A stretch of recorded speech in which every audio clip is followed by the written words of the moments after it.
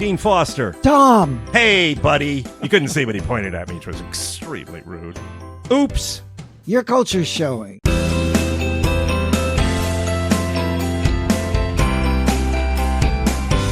Now my culture's showing. Is that what you're trying to tell me And here? mine too. Everybody. Okay, everybody. It's all hanging out all over the place. We and, do it all the time. Yeah. Well, listen, I think we got some interesting things here to talk about today. Oh, You know what that? are we going to talk about? You know how many today? podcasts we've done? This is the 9th one. Do you remember what we did on the number 4? Because 4 is unlucky in China. We skipped at 5. Even though we did 4, we called it 5. We'll do the same thing when we get to 13. We'll just call it 14. I'm sorry, who are you? What? Have you snuck in? And Where am I? Yes, 9. In reality, it is 9. Oh, it's 9. Right. This one's number 9. Number 9. Now, do you know what that's from? Nope. That's from the Beatles. Oh? I believe on the Revolver album. And do you know where the Beatles came from? From Liverpool. From the Liverpool area of England. Is that what we're going to talk about today? We're going to go to England. We're going to go to Britain. We're going to go to Scotland. We're going to go to Wales. We're going to go all throughout that area. And we're going to talk about it. We're going to kind of look at it and say, you know what? It's pretty much the same as the U.S., right? Yeah, okay. No. Or not. No. It might be a little different. No, We'll no, take a no, look at no, that, no. all right? At this point, what we're going to do is we're going to take a quick break and come on back and cross the pond. While listening to this, you may think, hey, I wonder, well, if you have a question like that and want to ask us, there's a couple ways you can do it. One would be through email, which is oopscultureshow@gmail.com. That's OOPS cultureshow@gmail.com. And then there's also our handle on Twitter, which is Oops Culture Show. That's OOPS Culture Show. I know. It's not original, but it works. Okay. So, Dean, when I was little, I used to go to my grandmother's house. This was on my mother's side. And my grandmother's clothes in the spring used to smell like mothballs because she would take them out of storage. From the winter. Yes. It permeated everything. Thing you need to know about my grandmother is my grandmother comes from a line of old Brits. The Brits that are in my family came over in the 1600s to the United States. Well, to what would become the United States. At that time was not yet even close to being the United States at that point. Right. So from my perspective, the smell of mothballs then Smells like U.S. Americans. It smells like U.S. Americans with English backgrounds. So I was surprised when I first went to England that it didn't smell like mothballs.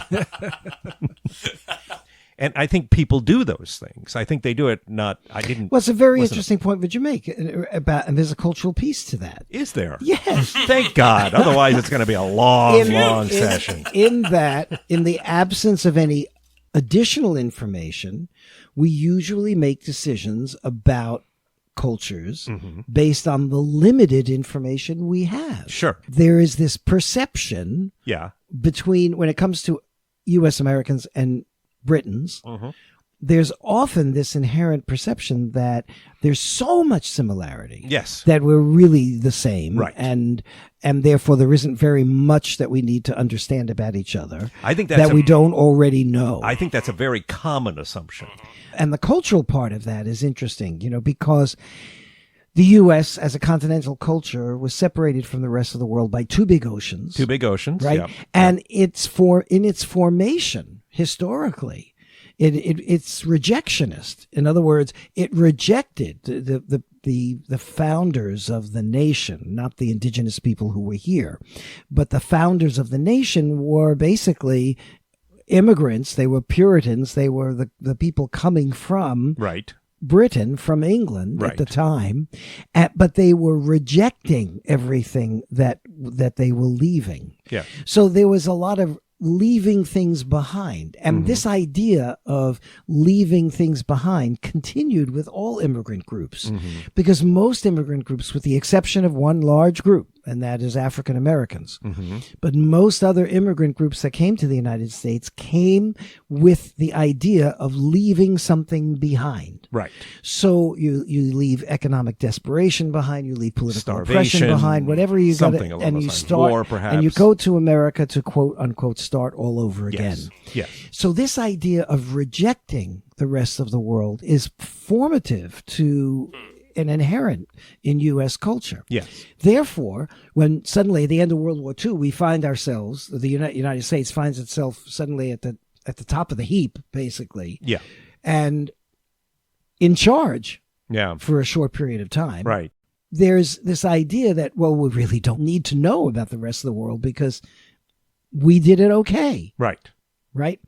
And only slowly have we become aware of the fact that, well, no, we are part of the world, and now we have to understand how that things can be different, and that there's naturally differences in cultures that we now have to begin to work with. Right. Right. So my point in all that is that I don't think we are as aware. Once again, there is a point. He's pointing it out to us that there is a point of even UK culture. Yes. And it's very easy for a U.S. American to slip into this, oh, we're really all the same anyway, kind of attitude. Well, and because that's inherent to our culture. Right. We speak the same language with the UK. We speak it with Canada. We speak it with Australia, and so on.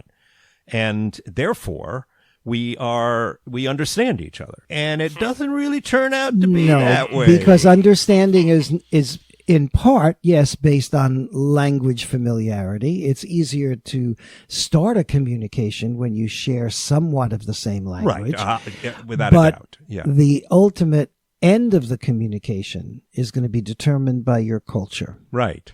So that even though Britons and Americans speak a form of English, different, British English and American English, different, that because they're different, the ultimate determinant of whether we're really understanding each other is based on our culture. Mm-hmm. Mm-hmm. And the difference between British culture and U.S. culture, while not as great as the difference between U.S. culture and, let's say, Chinese culture, right, is still different enough to create misunderstandings.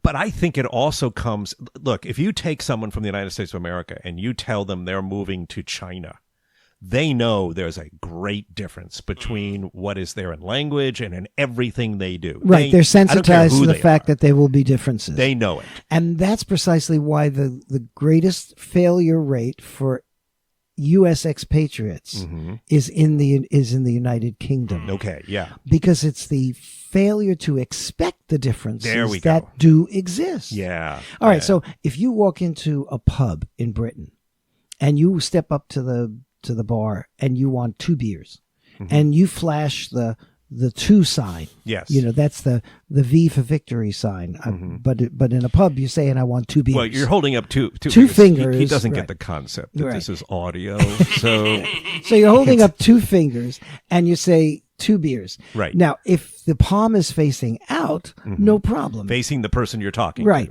But if you turn it around and you put those 2 fingers up so and now the palm is facing you, yes. You before you get the 2 beers, you risk getting a punch in the face by the guy behind the bar. Right. Well, what does that mean? Well, because that's a gesture that has a different meaning. Yes, and what does that mean? What does it mean in the UK? You've just challenged the person. See, it goes back to, well, as a Brit told me once. I may hear tap dancing taking place here. As a British colleague told me once, he said, "You Yanks are so efficient, you only use 1 finger." Yeah, I see. And that would not be the first one, right? Probably not. Not counting the thumb. If that's the one that he was talking about. We tend to go in the middle. Do you know where that comes from, by the way? I do, but why don't you tell us? No, Tom, you tell us. I'll tell you if you'd like me to. The Brits and the French have fought wars against each other. They didn't get along with each other? Like, they really didn't / don't. Always... Sorry if I'm offending anyone, but it's kind of true. And they used to fight these wars for many, many years. It was like, are the treasuries low? Good, attack France, or / treasuries low, yes, attack Britain. And We're running out of Portuguese wine. Let's try the French wine. Right. And in between, let's attack Spain. And so there was this kind of thing that went on for About 2,000 years. roughly, yeah. In doing all of that, there was a weapon of mass destruction that came along that the Brits had that was called the longbow. And it was a bow and arrow that was long and could be wielded by very strong gentlemen who could shoot those arrows a very long distance. And in order to shoot it, you had to pull the bow back with your two index fingers. finger and your middle finger. You pulled it back, and it was a very powerful bow, so you had to pull it back very hard. And then you would let it go, and it would shoot these. And it was because they wouldn't have to get anywhere near any of the other weapons could attack them, and they could start killing the French. So in battle, the first thing the French would do would be go around and chop off the hands, or at least the fingers of the British. Right. The English. The English. And therefore, if you still had two fingers left, it became a sign of defiance. Yes. And impudence. And if you hold them up today, yes, it's still considered a challenging... Anywhere strongly influenced by the British culture will understand that to be the same thing we say with the middle finger of our hand. Yeah, you Yanks are so efficient, you That's only right. use one finger. There you go. Oh, listen, the tap dancing stopped. And if you don't understand what that means, well, then you don't get it. So. But see, there's another example of how English changes. Let's take a look at 3 English-speaking countries, U.S., Canada, and the UK. Right. Someone once said that Canadians and Americans are really all the same, and the only way you can distinguish the two is to make that statement to a Canadian. I was going to say, that was a U.S. person who was saying that. Exactly. Yeah. But it is not the 51st state. Not at all. No. And it's an example of some of the significant differences that exist between the U.S. and, let's say, the UK. Right. Canada legislated itself into independence. Yes. It never had a revolution against not a war, a physical revolution. No. Right. It had a legal revolution. And it would be a legal evolution. There was no civil action. Oh, look what you did there. And wordplay. And we're going to have more wordplay before we're done. And it explains the differences between American behavior and Canadian behavior, which can also be very complicated. Sure. Canada, you look at the topography of Canada, the Great Canadian Shield is a very forbidding environment. Mm-hmm. And so in the settlement of Canada, people had to learn to cooperate with each other rather than go off on alone like the American lone cowboy staking a claim. Settling the West and yes, so on and you so couldn't forth. do that. Nobody asked them to. But you couldn't do that individually. Right. On the Canadian Shield. You go out there 3 days and you're without dead. taking a lot of risk. A lot of risk. Yeah. So it's natural to understand, therefore, that the Canadian system and the Canadian culture developed with a much greater social welfare perspective than in the U.S., where the individualist is expected to succeed in spite of government. Pull yourself up by your own bootstraps. Right. So these differences are profound, and it creates 2 different kinds of societies. And if you add the third one, take a look at Britain. Yes. What you have is in Canada more of a similarity with a lot of the British ways, but somewhere in between Britain and the United States. Right. Putting the United States way on the other side of the scale. Right. And when you take a look at the U.S. and Britain with Canada in the mix, you really see the vast differences that exist between us. Right. And it showed in post-revolutionary United States of America that they intentionally did things and changed things. And one, I will just mention, we just talked about. I mean, we didn't adapt the 2 fingers. We adapted the middle finger because it's more efficient. And it wasn't them. And we did a lot of things because it wasn't them, although at this point we don't realize that. But we're going to talk about that. But also what we're going to talk about, we're talking about the UK, the royalties getting married and everybody's running around and excited about that. And they're having children. You mean the wedding? And so on. The recent wedding. The Prince Harry's wedding. But also, the newest child being born to William and Kate. And from a person from the United States viewpoint, I'm looking at it all and I'm thinking, why should anyone care? Well, it's really interesting, right? Is it? Well, hold that thought for a moment. I just let it go. Well, pick it up. We'll be back. Got any questions for us? Well, if you do, there's a couple of ways to get hold of us. First of all, on email. Our email address is oopscultureshow@gmail.com. And our handle on Twitter is oopscultureshow. Pretty clever, huh? So, talk to us. All right, did you find it? Have you got it now? You have no idea, do you? He's looking. You just I completely just found lost it. the I whole just got it. thread. Oh, I he just got it. You lost the whole thread. He found it. I got it. Good. All right. So in that case, here's my question. We can simply look at the UK and go, well, they've got thousands of years there of development and so on and so forth, and invasion and this person and that. And we're a relatively young country. But at the same time, we have a rapid version of culture that we kind of applied to all of this. And that is the idea. We've changed things. We changed spellings of the language. We had to decide what was going to be the U.S. of America language. That was an intentional process on our part. It was not just a organic growing out of things. It was we're kind of really pissed at you people that you didn't just let us that's kick you one. out. Well, that's one of the aspects of revolution. When you have a revolution, it does give you the opportunity to actually define yourself against something. Right. And to your point, language was definitely one of them. So anything, certainly at the beginning, anything that was European, Yep. or anything that was from the new American perspective, old school and old world, and at those times that meant mainly British culture. Anything that was like that immediately had to be rejected. Mm-hmm. So if we're driving on the left in Britain, we're going to drive on the right in what was becoming the United States. Mm-hmm. If a black cat in Britain is lucky, a black cat in the U.S. is going to be unlucky. Right. Right. Which you're not making things up here. These are real These things. are real decisions that are, yes, and these are real facts of life today. Mm-hmm. Right. Now, again, this reveals itself in simple things and in profound things.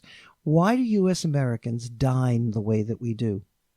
Where we Right. pick up a knife in the right hand and then a fork in the left. Yeah. We cut the meat, and then probably the only thing we do that's not efficient, we put the knife down. There might be a point of reach disagree on that, but over go ahead. and Yep. take the fork out of the left hand, Right. and then eat the meat. Right. It's like it's cumbersome. It's not very elegant, and it's certainly not efficient. And again, we don't even know where this comes from. We don't even know we're doing it. Right. The vast majority of people in the United But States this do goes- not know that's different. This goes back to the revolution, Right. where as a secret sign that you were a patriot Mm-hmm. in the pubs of Boston, because you had to be secret about it, or because you didn't know if the people were either royalists or Right. patriots around you. That's right. So you gave a secret sign by cutting your food that way and putting it down. And it was developed, the saying that I'm a patriot, not a royalist, because I am not European. Because Europeans, Right. ergo at the time, Brits, were dining with keeping your knife and fork in the same hand throughout the meal. Yes. So this was a secret sign that you were not that. You are now a patriot. You are non-British. Yes. And why do we do it? We don't even know. But there's the reason. And there's always there is a a reason. reason. Right. There's always a reason. And it goes, again, back to that opposites. You get these aspects of culture in the case of the United States, where they're coming out of a simple thing like being identified in a pub as being on one side of something that you can't really let everybody know about, suddenly becomes the way we eat. It's the way we eat. Mm-hmm. Exactly. But many parts of the rest of the world, which most of them do not eat that way, are going to it will be noticed if you eat that way. Yeah, Americans can be identified easily by something as simple as that in a restaurant. And in fact, during World War II, there was an American who was identified as a spy by the Germans because of the way that they ate. Right. Yeah. Right. Yeah. So it kind of went full cycle there. Yeah. Full circle, cycle. Either one, I guess. Fine. We'll take one or the other. Speaking of different ways to say something,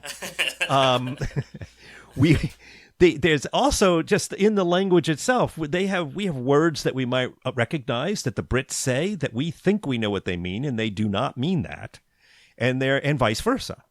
and and also other words that we don't have any idea what these people are talking about. The differences between British English and American English are massive. Yeah. And there's so many different kinds of words and grammatical context that I don't mean to bring grammar into this, but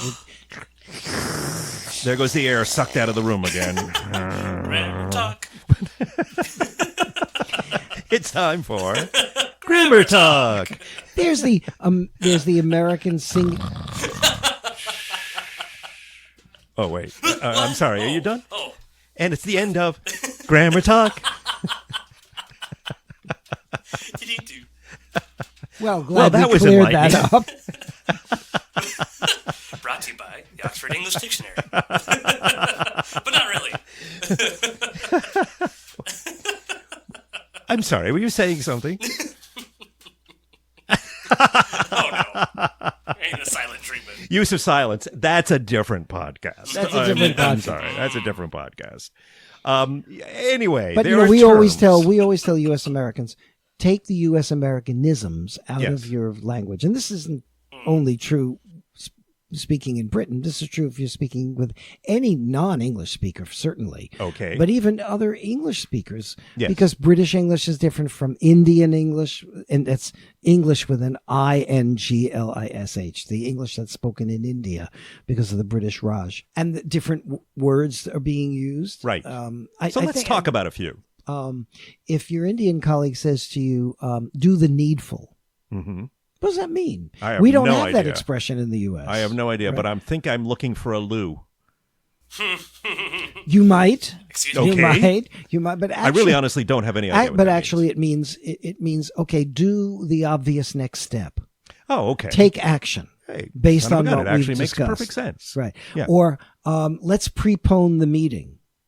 Okay. Well, Well, I know what postpone opposite of there you go. Yeah. So prepone would be. bring it up earlier. Do That's it right. earlier. That's right. Let's So schedule does that it mean sooner. if I pone the meeting, we're going to have it at the regular scheduled time? Yes. Okay. Right. Yeah. You can pone. I don't think we actually say that. Grammar talk. Grammar talk. But that's very Boolean of you. Let's say that from now. Let's just pone the meeting. And the word loo was mentioned before. Is that your friend That's Lou? right. And the word loo is a British word. I don't know how many, there are many Americans who know what a loo is, of course. But Well, I think some would. It's I the don't same think as- many. Maybe. it's I the don't same think as there's that many. same as a WC. Remember, we have 28% of the population that have passports.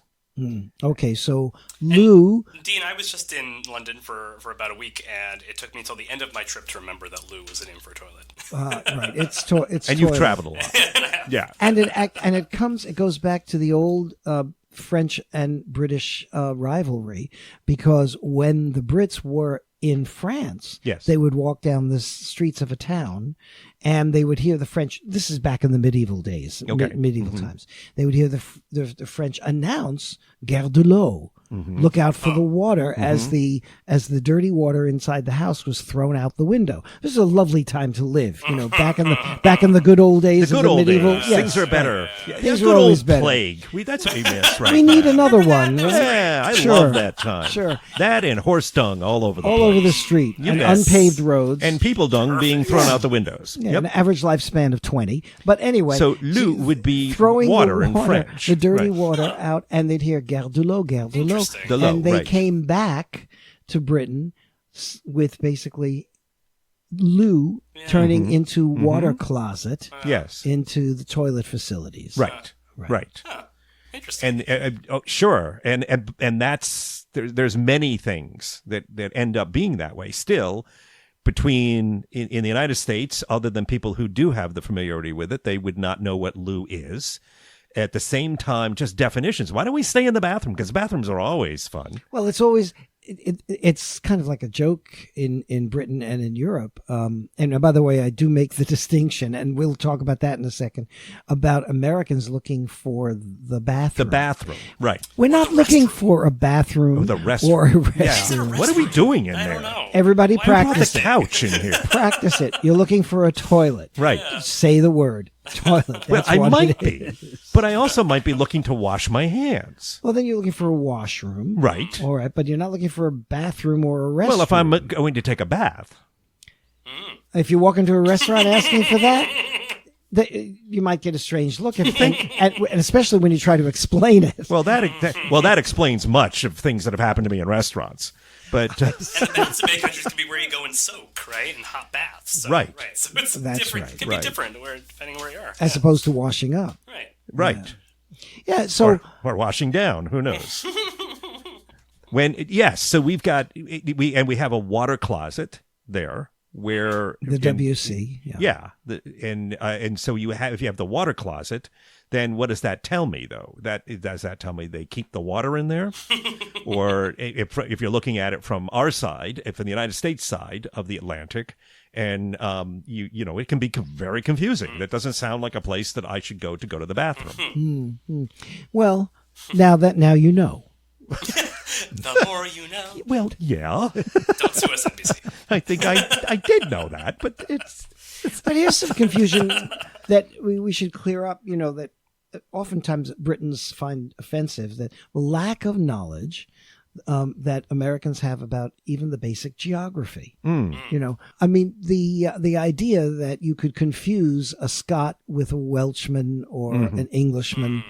Right. These are very specific cultural groups, and it's not appreciated when they're just all lumped together as, particularly as English.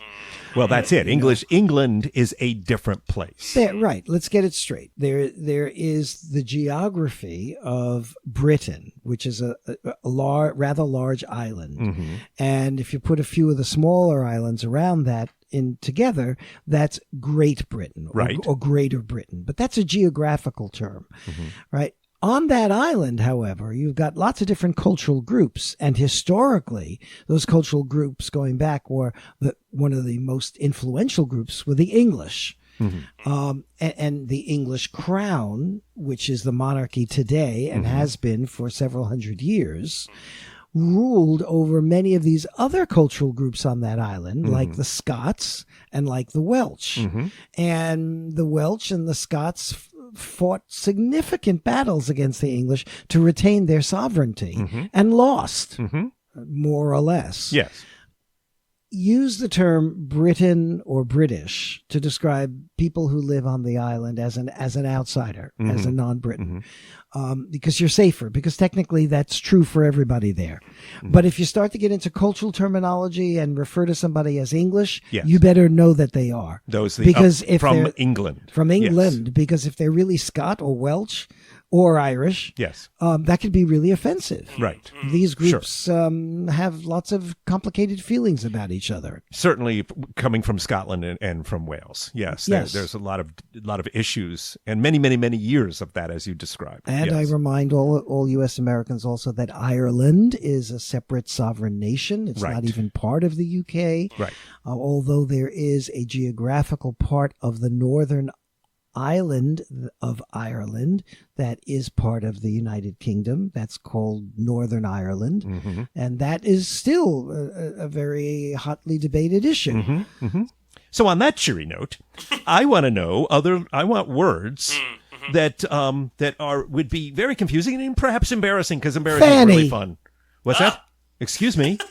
Fanny. Oh, so you wore your fanny pack Lou to and England, Fanny are your friends? Lou and Fanny, they're married. They're a very nice couple. They moved in down the That's street. so nice. Far more appropriate than we want to know, but it's probably true. Yes. So go ahead, Dean. So you don't wear explain what fanny means. You don't wear a fanny pack. No, why not? No, because. Well, I have a way here, but I'll let you go because it's going to be too much fun. Fanny refers to a woman's private area. Private area? Yes. I'm not following. So if you're referring if you mean to say, as most U.S. Americans do, the rear end, which in Britain would be the bum. Yes. Okay. Then say bum. But the fanny pack, no. It's not called a fanny pack in Britain. No. In Britain. No. What is it called? I don't know. Aren't you supposed to figure those things out? Can we look it up? I can look. What are you doing I knew here? this at some point. He's gotten lazier since we let him in the studio. Have you noticed that? So could you say for a young lady or an older lady for that matter, if you're wearing what we would refer to as a fanny pack, it would be more appropriate if you turned it around to the front side. Well, I don't know if you wear it differently. You just don't call it that. It's a bum bag. A bum bag. There we go. Well, that makes perfect and that makes sense. Yeah. Yes. Yeah. But it is a significant difference if you're using that term while you're visiting England. Yeah, there's so many words like bollocks, in British words, right? Bollocks. What does bollocks mean? Right. It means to screw up. It's BS, basically. Right. Right. But we don't use that term here in the U.S. No. Typically we do not. Right. But it's a gobsmacked. Gobsmacked, yes. Yes. And we don't hear that here pretty much at all. No. But that would have to be, you'd have to understand that your gob is your your face. mouth. Yeah, your face. But mostly in and around the mouth. Yeah. And if you're smacked, it's like stunned. Yeah. You've been stunned by something. Right. Right. And fag. Yeah, cigarette. It's a cigarette. Yes. Or Yes. hoarding. Yes. And it's and the cigarette thing. What's a hoarding? Well, I'm sorry. No, that's not the word. It's a billboard. Okay. Again, Yeah, that's a British- good one right. because Didn't know people that don't one. know that No. at all. A Right. jumper. Right. And we get into clothing. It Clothing starts to and we call it one automobiles. thing and they call it Trainers, something else. right? Well, trainers Trainers are or sneakers. sneakers. Yes. And a jumper is a sweater, and a tuxedo is a waistcoat. A waistcoat. Right. Oh, okay. Right. Right. And I didn't know that one. yeah, And what's underwear? knickers. Yep. You get your knickers Yep. in a twist. Right. You and then it goes on to chips or crisps, and crisps or chips, and the biscuits or and cookies. We have and- cookies. Right. As opposed to And they have biscuits. And Americans have English muffins, but the only English muffins you find in Britain have been imported from the U.S. Yes, because they were actually invented, I believe, Thomas's, which things I believe were actually originally made in the United States. And I might be were- wrong with that. That's but I'm true. Pretty sure that's true. They were supposed to be the kind of American version of a scone, Ah, right? Okay. Which again Interesting. exists in Britain, but not here. they're still and scrumptious. I still like them a lot. that's good. You can. And then there's Thanks. Got permission. Wow. That you have no idea. I'll sleep well tonight. Without a doubt. and you'll wake up in the morning and have an English muffin. Although it won't be. Now, But will you have it with Marmite? excuse me? I did, but I got some powder and now everything's fine. Typical British foods, many of them are unknown here. Yes, definitely. Such as Marmite. Or they're just called something different. And that's the thing, is it that if you go to London. Automobile parts, the hood Right. versus the bonnet. The bonnet. The trunk versus the bonnet, actually. No, the trunk hood is the versus- bonnet. Yeah, What's the trunk? the boot. The boot. The boot, Yes. And if you, hey, look, Fascia if you versus own a car from dashboard. Britain and you get or even anyone that works or is made in Britain, you may get a owner's manual that will refer to the boot or and other things along those lines. That's that right. you learn very quickly that language that the automobile industry has. The list in goes England. on and on. And I mean, it goes both ways. It's a lot of these things. Again, it's not we changed them. In some cases, we changed them because of the revolution. In some cases, they just evolved that way or came out of other languages because we had so many people. The coming influence into of this so many country. other immigrant Right. groups, right? So we called things differently, and because of world wars. World wars changed our language a great deal. Now, just because we had a revolution and went through all this change, we also have to remember that Britain, too, like any other culture, has been changing. Yes. But not in the same way because they didn't have the same historical experiences. But after the U.S. Revolution, Britain's experienced its own immigration waves. Yes. And these groups have brought changes to Britain as well. Right. The most popular food today in Britain is not fish and chips. It's chicken tikka. Okay. It's Indian, right? So there's some wonderful Indian restaurants yes, in of course, 'cause London. Oh, India was part of the British Raj. absolutely. Right. It's probably time to take one last break. Okay, listen. The way to get hold of us is oopscultureshow@gmail.com. And our Twitter handle is oopscultureshow. culture show. Whether this is the first episode or the third episode or whatever episode that you've listened to, if you're still listening at this point, I think you might like this. And if you do, you should really subscribe. Because if you subscribe, these things will just show up for you, and you can listen to them whenever you want to. That's the best way to go, really, honestly. I know what I'm talking about. All right, so just subscribe through iTunes or through wherever you get your podcasts from. But do it today, okay? Subscribe. Thank you. The royal family, over the last, in really recent times, has diminished in its actual power-holding capacity. Yes, the monarchy is no longer in charge of the political decisions that are made. So what are they doing? Now, I realize the royal weddings and the children being born and everything are incredibly popular in the United States. Incredibly popular. They're also popular, obviously, in England and in Britain on some levels throughout Britain. Why do we care? We being U.S. Americans?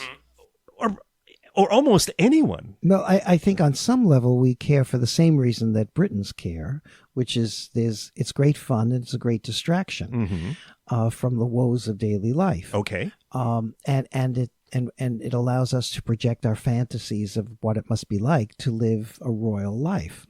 I mean, we are a celebrity-driven culture. You know, like it or not. I mean, the Kardashians exist to be and make the money that they make based on absolutely nothing. And if you're a big Kardashian fan, I apologize, but I think I'm speaking the truth. Well, this is the distraction piece of entertainment. Definitely. I mean, there's also the whole financial aspect of the royal family being a pretty good bonus for England as far as the financial side of it all goes. And let's talk about the foods.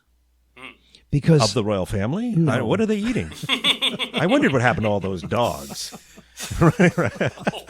No, we were talking about words that had different... Didn't we talk about dogs being eaten the last couple of times? That was good. Maybe we shouldn't go there. All right. I'm sorry. You were talking about foods being eaten. And different words for foods. Yes, different words for food. Bangers and mash. Spotted dick. Okay, now we've gone too far. I don't think we can say that. My goodness. I'm taking my bum bag and leaving. And we started this with mothballs, and now we've gone to spotted dick. Is that a medical condition? Or I think it might be. You just be careful where you put your fanny pack. That's all. It's a kind of sweet pudding with raisins, or as we would say in Britain, sultanas. As we would say in Britain, you've become I'm sorry, British as would be said in Britain, sultanas, not raisins. Yeah. So, well, there you go, and it's quite harmless, in fact. In that sense. Yeah, it's not contagious. Well, let's not rush to judgment. Okay. Well, now, and pudding is basically any kind of dessert. Okay, it doesn't pudding have to be the U.S. nature. And what about pies? And pies can be savory as well as sweet. Well, they can be savory as well as sweet, but they're also in the United States. We think of pies. We think of. And you're talking savory and sweet. Because I'm guessing there's. You're thinking in the of United pies States anyway. There's like pies two people only who know what the heck you're talking about. as a pudding. It's not going to be like an apple pie. You're going to get meat pie. Oh, That's so a many savory. good meat pies Right. in London. But I'm trying to explain it because you Remember don't Sweeney believe Todd? people remember that. Well, honestly, again, probably not. If you don't know Sweeney Todd, see that show. That's right.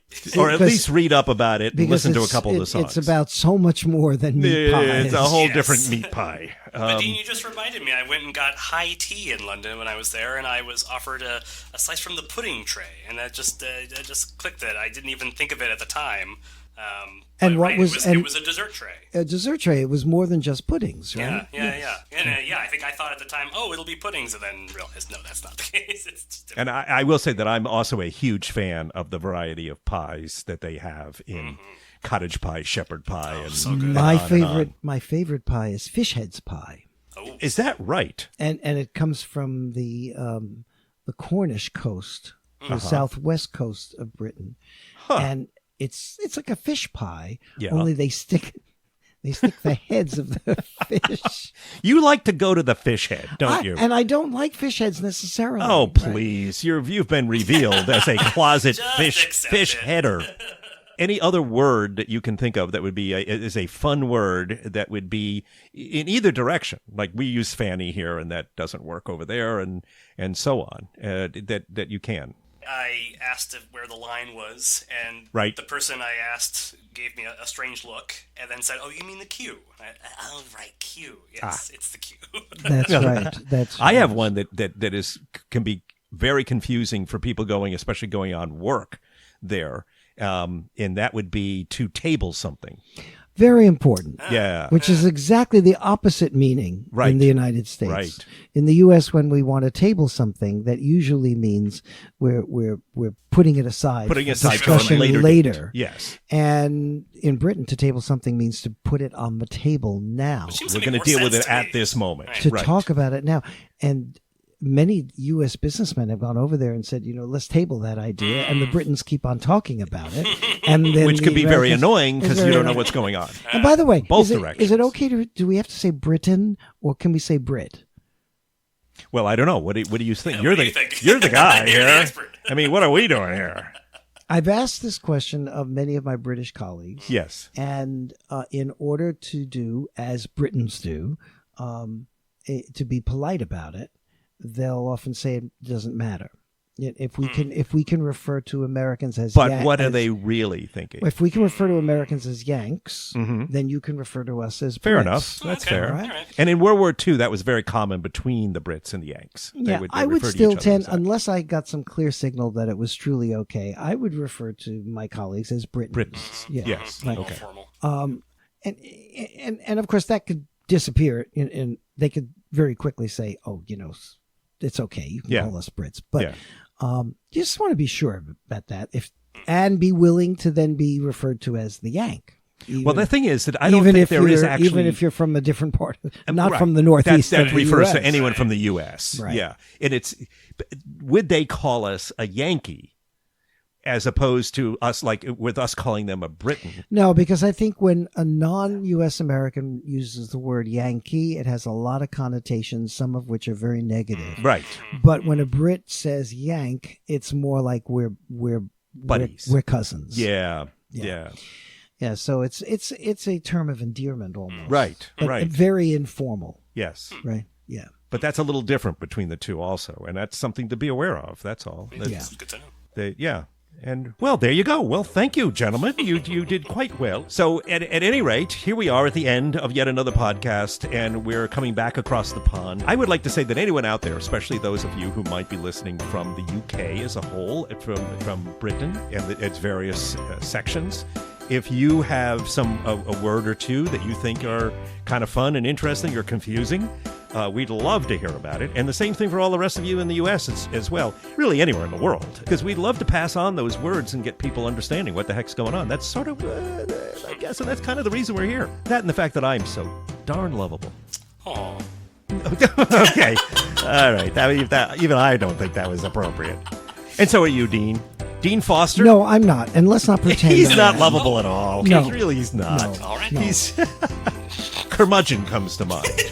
Curmudgeon Lee in a squishy kind of way. With that being said, Dean, thank you again for your knowledge and perception. The man about culture. And when in doubt, ask Dean. And I'm Tom Peterson. Torrin's with us. Hey, Torrin. Hello. Anyway, I think that's a wrap on this puppy, or whatever it's called around the world. And in this case, they all know what smell you means.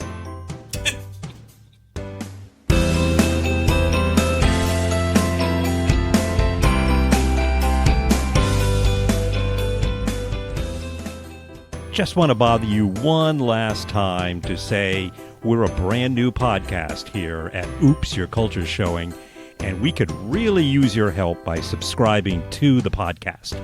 And not to mention that if you hung around this long and you liked what you heard, well, this makes it just easier for you to get the podcast. They'll pop up for you whenever they're released, so you can listen to them on your phone or your computer or however you listen to them.